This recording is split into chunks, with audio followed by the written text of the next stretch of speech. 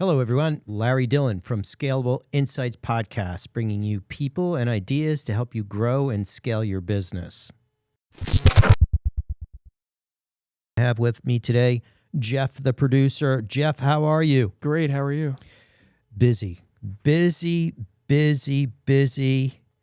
got all kinds of stuff. I've got conventions I'm going to, speeches to give. It's exhausting. Sounds like a very busy schedule. Why do I keep doing this? Why? What am I doing? I'm having fun. I love it. Love it. Thanks for joining us today. Listen, I want to talk to you today about the inside-outside sales model. This is something that I talk about. Just a couple of things made me think of this, Jeff. One of the things was I was at a party a couple of weeks ago, and I bumped into two elite sales reps. And when I say elite, this gentleman, some of the deals that he closed were he worked for an outsourcing company. One of the deals was a $240 million a year deal, one deal. Probably $240 million a year.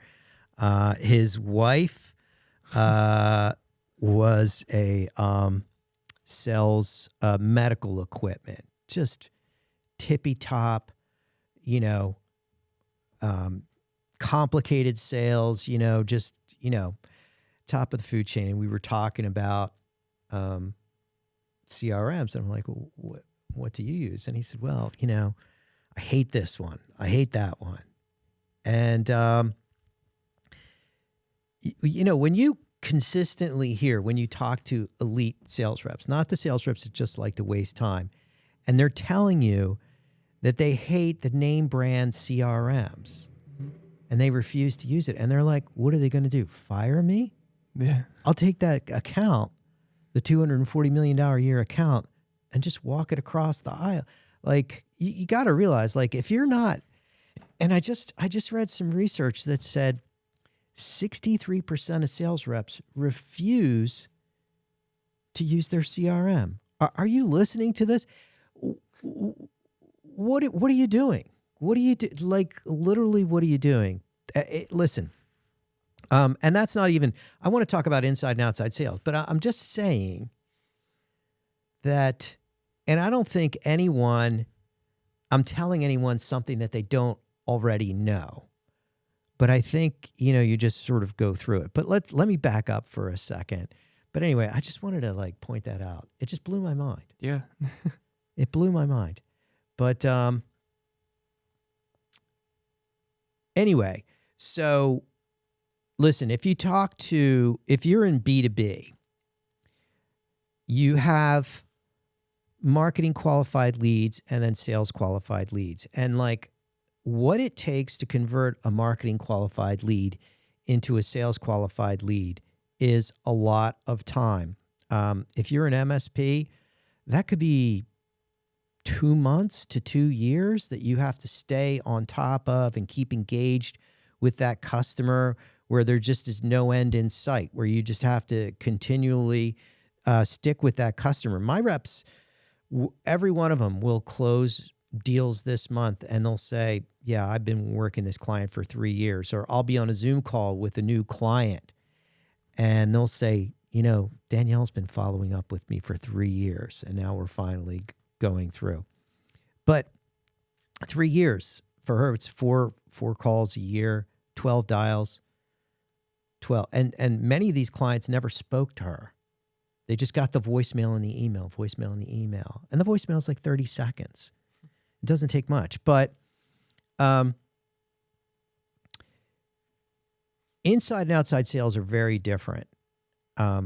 Managing leads, staying on top of leads is often described as a painful process because it's a lot of rejection. It's a lot of busy work. It's a lot of leaving voicemails. It's a lot of sending emails over and over and over again, and continuing to do that when you have indications maybe that the prospect isn't interested. Also, if you're a sales rep and you get a lead, your inclination is, I want to figure out right now, is this or is this not a lead? Do they want to buy right now? That's in their mentality. That's in their approach. And if you are in inside sales, you realize that's the wrong approach because you're going to get false negatives. Because if you push a prospect that isn't ready to talk to a salesperson, they're just going to say, no, I'm not interested. No interest. So why are we giving marketing qualified leads to sales reps? And sales reps in general are terrible at following up on leads. And that's why most of the B2B business coaches recommend an inside and outside sales team. And this is something that, companies come to me and they say, we've tried to hire an inside sales rep and it failed. And you've heard us talk to guests about this, Jeff, where the difference between inside and outside sales. Yeah. And what you may or may not realize is that an outside sales rep, once you get them the appointment, they're off. They don't need much coaching. They don't need much encouragement. Once they get somebody who's like, come out today, talk to me. Once they get started, they'll close the deal. With an inside sales rep, 99% of them need to be managed all day long. And what does that mean? Somebody, actually it's a supervisor, not even a manager, but somebody needs to pull their numbers and they should have a goal every day of somewhere north of 100 dials a day. Most unsupervised inside salespeople maybe make 10 or 20. And they're just literally screwing off for 80% of the day, literally. Like if they're not making 100 dials a day, and I've managed thousands, not myself, my team has managed thousands of basically inside sales reps for the last 34 years. And the minute that you stop monitoring them on a daily, hourly basis, their productivity dips. So that's the challenge. And no wonder when you've hired an inside salesperson, so many times I talk to people like, we've tried that. We know we need it. We hired someone. They worked for 6 months. We got nothing out of it. Then once they left, we realized they weren't making calls. They weren't really doing anything in the CRM, and they were just basically fooling us. So, but what does it take to get that together? So I just met with, I was telling you about this person that used to work for us. Right. He was one of our inside sales managers and then went on to Home Depot, very successful there, and then went on to another large $7 billion company that has been losing top-line revenue for the last 7 years. Top-line revenue is down. And so they hired him, and he said, I'll only take the job if you let me take over sales and marketing. I don't want to have that battle. It was interesting. And I said, well, how'd you do it? He said, well, one of the first things I did is I went to the chairman, not the CEO, the chairman, and I said, I need $4.5 million to put together an inside sales team because they didn't have an inside sales team. And they do, it's B2B, multi-year, 5, 10, 20-year contracts that they do. And he said they didn't have one inside salesperson. Wow. So he's like, I need this $4.5 million for this. Convinced the chairman to do that, a couple and some other stuff, and then immediately started turning the table. First quarter, was able to stop the bleeding, and then I think by the third quarter, the revenue had started to increase, and then I think by the end of the second year, instead of top line revenue declining, added, I think, $800 million to the top line in the second or third year. Wow. And I said to him, well, couldn't you have done it without $4.5 million for that inside sales team? He said, no, couldn't have done it. So he went out and hired the best manager, supervisor, and reps that he could. Now, obviously, most of the people that we're speaking to don't have $4.5 million to invest in a kick-ass inside sales team. But the point is that if you want to do it and you have the bucks, here's what you're going to need to think about. You're going to need to think about a full-time person that has nothing else to do but look at that inside sales team, which means you're probably going to have to hire 2-3 inside sales reps.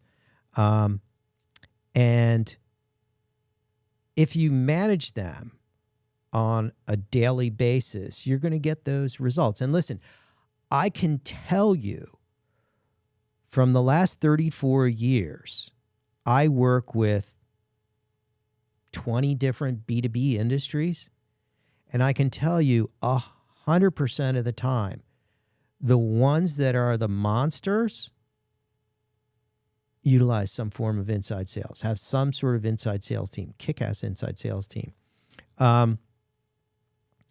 It is one of the things that differentiates from the ones that really take off and the ones that don't. Now, if you're in the pocket and you can get your sales manager to manage that inside salesperson on a daily basis, and when I say daily, I mean checking in with them at minimum 3 times every single day. And why is that important? Well, if you stick, Jimmy or Sally in the corner and be like, make a bunch of calls, do whatever it is. First off, you have to have the strategy. What do they do? What are they calling? Who are they prospecting? Are they doing account-based marketing? Are they doing lead nurturing? Are they following up on dead leads? There's a whole host of things that inside sales department can do to convert leads into appointments, which, by the way, there is so much business in your dead lead dumpster. Those leads that your sales reps have disqualified, the research indicates 70% of the leads that your sales rep disqualified. So that means they called, came in as a lead. The sales rep said, oh, they're not interested. They're not a good prospect.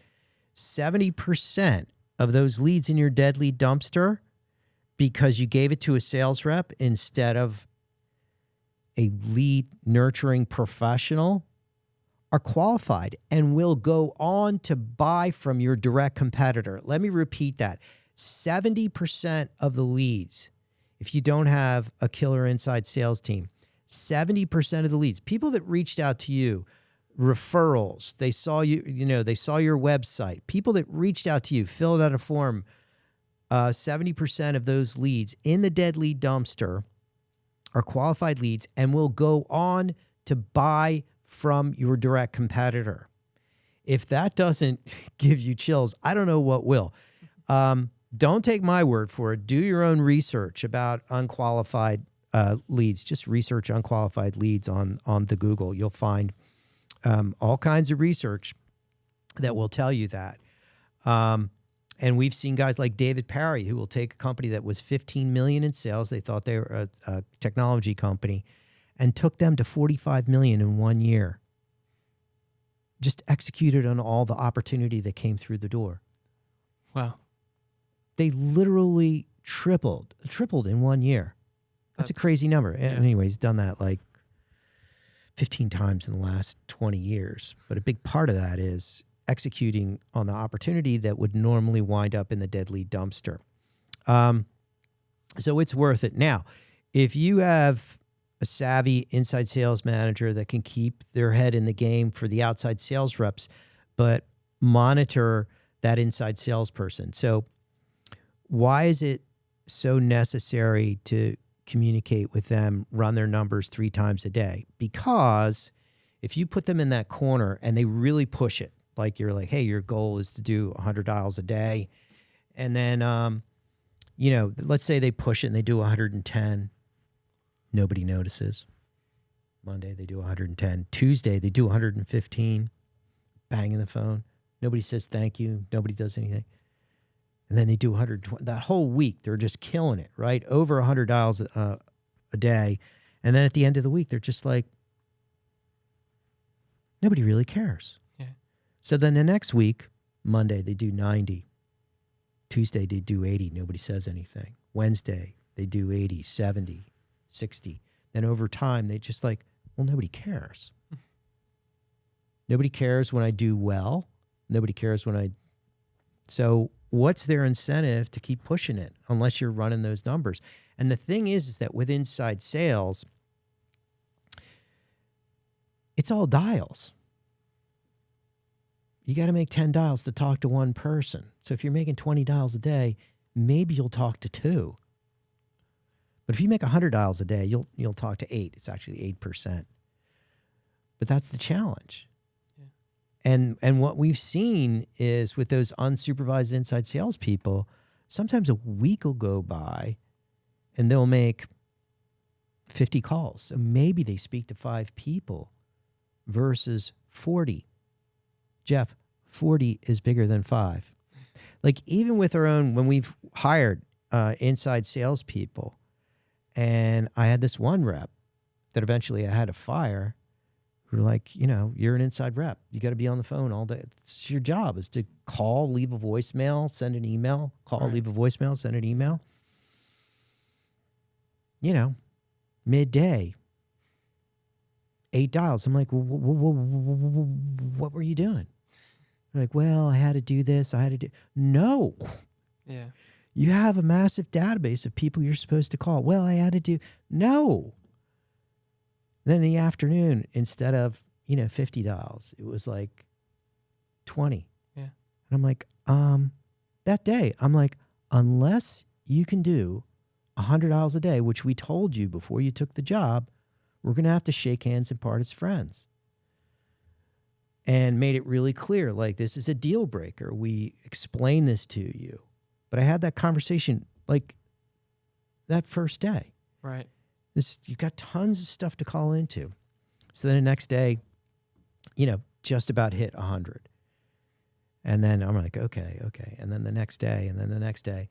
And then that kept up. Mm-hmm. And then it started to slide, and excuses are coming in.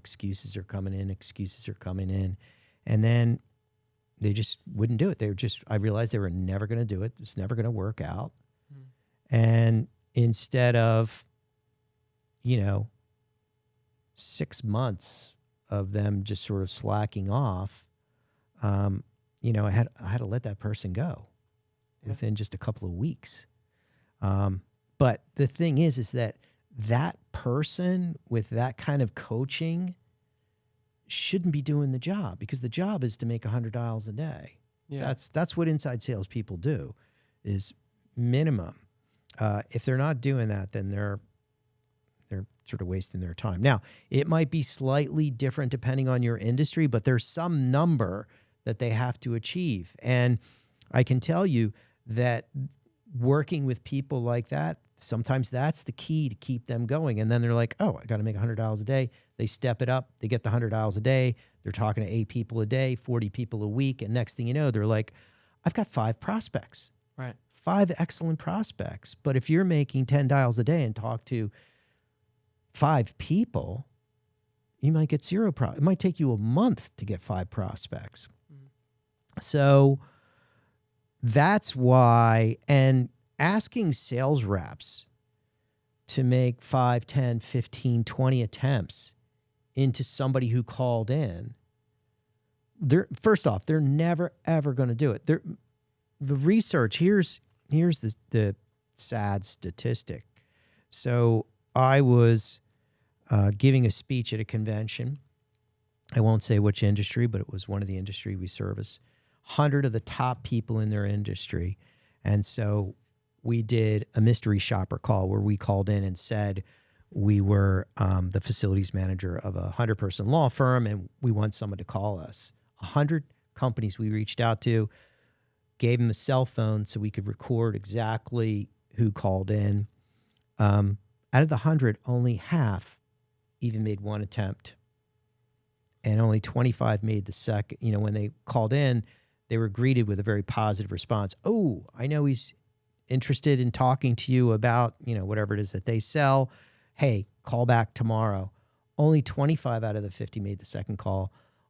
only 12 made the third call, and by the fourth call, they had all given up.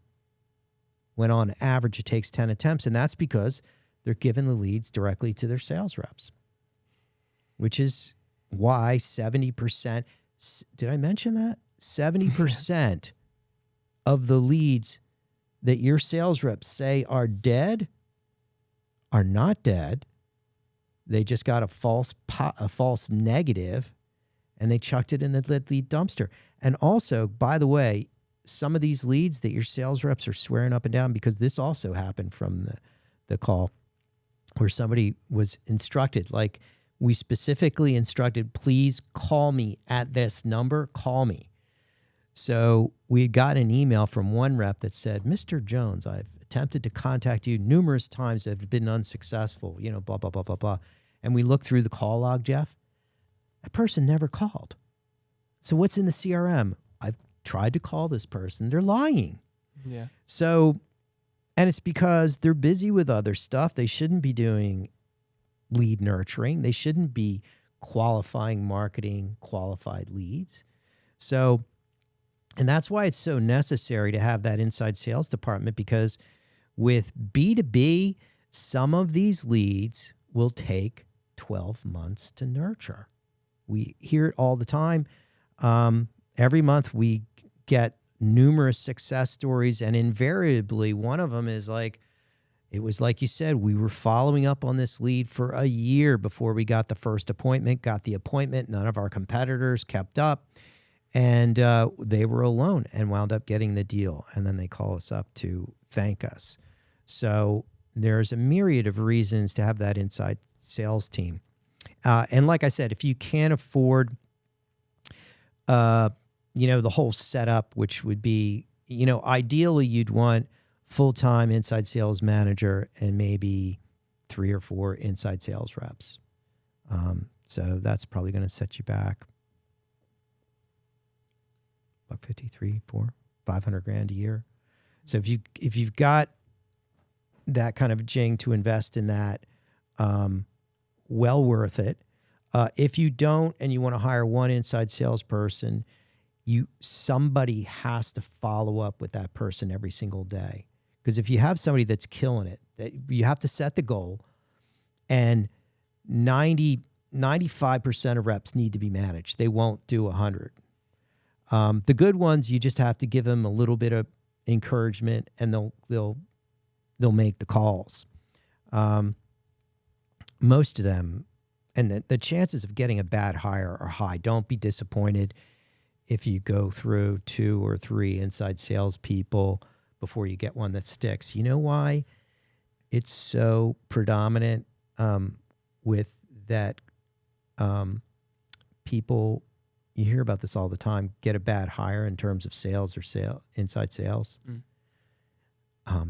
Because the worst sales reps have to be the best interviewers.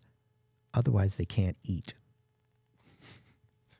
So they become an expert at interviewing, an expert at fooling you. Yeah, I love making calls.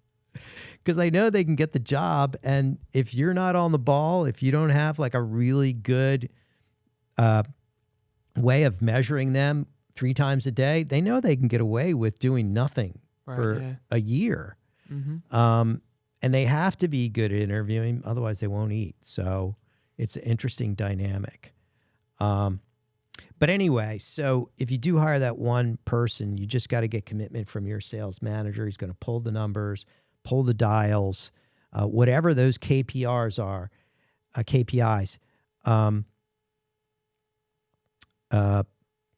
they have to measure that every single day and a couple times a day to encourage them. So you're going to do one of 3 things. One, if they're ahead of goal, you want to congratulate them and tell them good job. That's going to encourage them to keep doing it. Number 2, if they're slightly behind goal, you want to say, come on, Sally, listen, we got 1 hour left. I know you can put it across the finish line. And if you push them, they will get to that point. And if they're way behind, you want to find out before noon. Mm-hmm. And you'll find this. You'll be like, Jimmy, you didn't make any calls. What were you doing? Well, I was organizing. I was organizing the emails. You got all these companies to call. So, but if you do that, if you start off, which companies have been successful, but you have to be, you have to have a really good sales manager that can do that, or an owner, but somebody has to be their coach, their cheerleader, and just 3 times a day, pull those KPIs, listen to them on the phone. And you have to listen to them on the phone and constantly adjust and encourage. And if you do that, and just rescue. So for example, I'll give you quick math. Let's say you're a $5 million a year company. And let's say $2 million a year comes from new leads that come in from your website, from referral business. 2 million comes from converting leads that come in into deals. So 3 million's just recurring business, and then 2 million comes from the new leads that come in. If I'm telling you that 75% of the stuff in your dead lead dumpster is actually good leads, the quick math is, so you've basically executed on only 25% of the opportunities, because 75% of the opportunities in your dead lead dumpster are bad. So the quick math, don't hold me to exactly, you can do exactly what the math is, but basically if 2 million came from new business, you left 6 million. Let's call it 4 million in the dead lead dumpster. 4 million. Let's say it's 2 million. But basically what that's telling you is that there's more business in the dead lead dumpster than you actually converted into deals. Right. And that's how David was able to triple that company. Mm-hmm. It's just simple math. Yeah. If the stats tell you 75% of the leads in the dead lead dumpster are good, and you converted a small percentage of that into $2 million worth of business, there's somewhere like 2 million, 4 million, 6 million bucks worth of business in your dead lead dumpster, maybe $1 million. What's your gross profit? If your gross profit is 50%, that's 500 million bucks to the bottom line. Is it worth it to spend 100 grand on an inside sales team, or 200 grand? Yeah. Maybe there's more. So, and that's why, like I said, and I think when I look back of the companies that have gone through that awkward period where you can't afford like a full-blown inside sales team, it's because they have good manager, or don't count on finding someone that's self-motivated.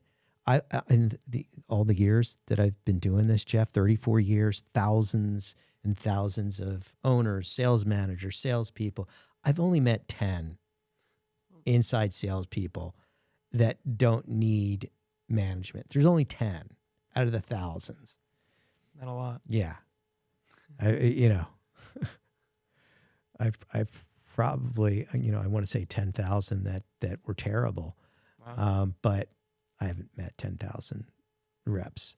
But I know I've met hundreds, maybe thousands of inside sales reps that shouldn't be doing inside sales. Most of them suck. So, so that's the key. So they've got to be managed. Just bite the bullet. You're probably going to have, it's probably going to be 1 or 2 bad hires before you get one that really sticks, because it's hard to figure out who's going to be good on the phone. It's really hard. And I've talked to sales managers and business owners and business leaders, and they're like, we've done the testing, we've done this. Inside sales is the hardest thing to hire because it's just so easy to be terrible at it. So easy. Yeah, most people are like, I just throw a bunch of stuff against the wall and see what sticks. Mm-hmm. So even with all of our experience, we usually have to hire 2, 1 or 2 to get one that sticks. Right. But and you'll figure out if they're good or bad within the first couple of weeks, because they'll either surprise you by like, whoa, how did you get that appointment so quick? Or how did you do this? Or your numbers are crazy. Or it'll be an excuse. Why haven't you made the calls? Well, blah, blah, blah. As soon as they start, or some reason where you've said to them up front, the other advice is tell them up front 1,000 times, your job is to make $100 a day. Do you have a problem making $100 a day? Get them to sign off on that. Right. And you'll do all of that. You'll get them to sign, like, my job description is to make $100 a day, leave 100 voicemails, send 100 emails, talk to prospects, sign off on all of that, and they'll come in, and then you cannot get them to make more than $20, $25 a day. It's frustrating, but it's rewarding, because think of that just alone the dead lead dumpster, and then when you combine that with a kick-ass account-based marketing team, account-based marketing program. We recommend a blend of account-based marketing, engagement marketing, and lead nurturing, and identifying a universe of companies that you should be calling into, especially in your category. One of the key firmographics that you should be looking at is typically companies get a universe of companies they're going to do an outreach program to, by geography, industry, company size, sales volume. You want to overlay on that. And let's say that comes up with 30,000. You want to overlay that. Well, out of the 30,000, which are the 3,000 that are growing faster than the others? What are the 1,500 or 2,000 that are growing faster? So think about that. That's a key thing to think about when you're thinking about, a general outreach program. So those are my thoughts on the importance of having an inside sales team. I've also had owners of companies that, sort of took on the task of managing that inside salesperson. But somebody has to, that the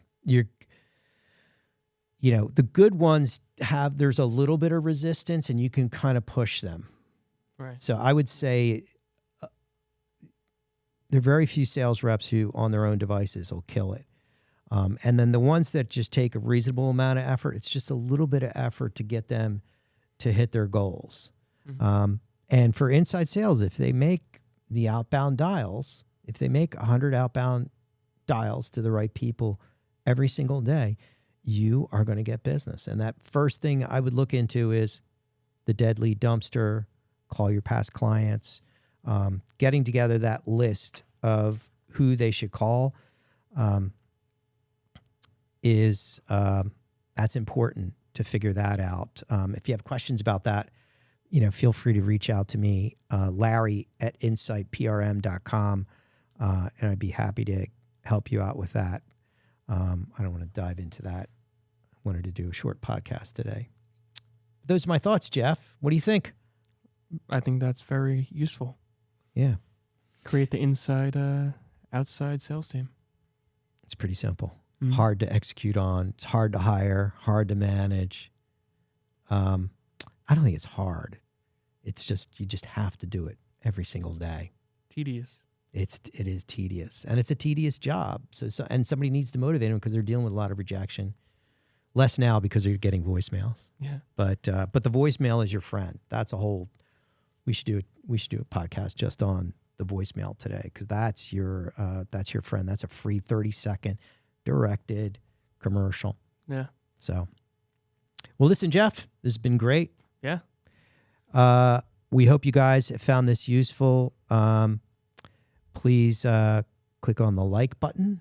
Yeah. Subscribe to Scalable Insights PRM. Scalable Insights Podcast. Scalable Insights Podcast. I'm getting older by the second, Jeff. Older by the second. So anyway, questions about that inside-outside sales model.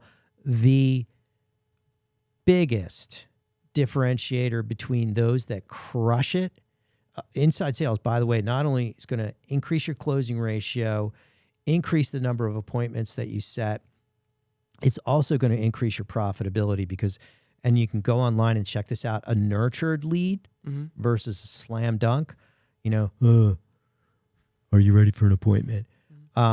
Higher closing ratio and higher profitability, higher gross sales as well. So don't take my word for it. Do the research. But all of those metrics are clearly multiple surveys have found that. And that is a sales rep's never going to nurture leads. I mean, take the evidence, like 100 companies, only 50 bothered to make a call into a 100-person law firm that reached out to them and said, I want to buy what you sell. And out of the 50 that called, only 25 made the follow-up call when they were encouraged to call. It's crazy. Yeah. It's because you're giving your leads to sales reps. They don't have time for that. Nobody has time for that. All right, everyone. Happy selling.